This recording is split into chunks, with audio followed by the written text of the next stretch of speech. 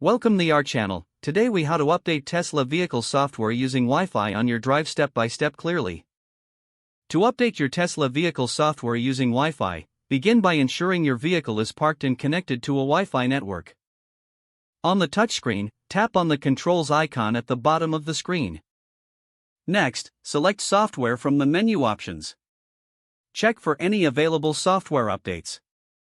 If an update is available, you will see a prompt indicating the new version and its features. Tap on Install Now to begin the update process. Depending on the size of the update, it may take some time to download. Ensure your vehicle remains within the range of the Wi-Fi signal during this process.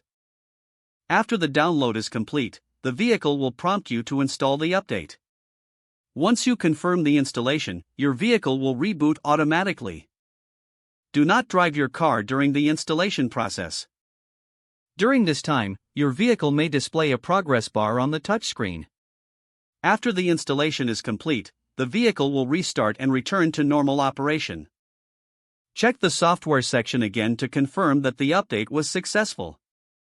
You are now ready to enjoy the new features and improvements from the latest software update. If the page does not load, refresh the browser or try again in a private or incognito window. Make sure you are using the correct email address, then retype it carefully to avoid small typos. If your password is not accepted, use the reset option and create a new strong password you can remember. Check your spam folder for verification or security emails, then complete any requested confirmation steps. Enable two-factor authentication if available to improve account security and reduce unauthorized access risk. After signing in, review your profile details so your contact information and settings are accurate and current. If you see an error message, note it down and try again after restarting your device and internet connection. Log out when you finish, especially on shared devices, to keep your account and payment information secure.